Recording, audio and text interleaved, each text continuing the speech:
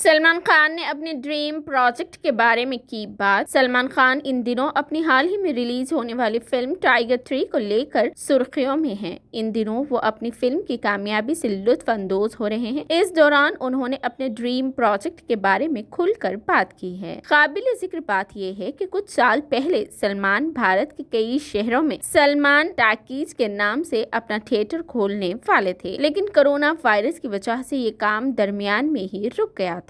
اب پنک والے سے بات کرتے ہوئے سلمان خان نے اپنے ڈریم پروجیکٹ کے بارے میں بات کی ہے۔ اس سوال پر کہ کیا وہ اپنے جنون کے پروجیکٹ پر کام کرنے کے بارے میں سوچ رہے ہیں، سلمان نے کہا، میں کروں گا، میں اسے اگلے سال شروع کر دوں گا۔ یہ ایک طویل عمل ہے، ہم اس پر آہستہ آہستہ مستقل لیکن ضرور شروع کریں گے۔ آپ کو بتاتے چلے کہ ای ٹائمز کو دیے گئے ایک انٹرویو میں سلمان خان نے کہا تھا کہ وہ اپنا تھیٹر کھولنے کا سوچ رہے ہیں۔ رپورٹس میں یہ دعویٰ بھی کیا گیا تھا کہ یہ تھیٹر دیہی علاقوں اور شہروں کے مسافات میں کھولے جائیں گے۔ سلمان نے کہا، ہم نے انہیں چھوٹے شہروں میں کھولنے کا منصوبہ بنایا تھا جہاں لوگوں کو تھیٹر تک رسائی نہیں تھی، یہاں ممبئی جیسے شہروں میں نہیں۔ اس کے علاوہ ممبئی مرر کی ایک رپورٹ میں یہ بھی کہا گیا تھا کہ تھیٹروں میں ٹیکس فری ٹکٹ فروخت کیے جائیں گے اور غریب بچوں کے لیے مفت ہوں گے۔ سلمان خان کے ورک فرنٹ کی بات کریں تو وہ حال ہی میں کیٹرینہ کیف کے ساتھ ٹائیگر 3 میں نظر آئے ہیں۔ اب سلمان کے پاس دبل، دبنگ 4 اور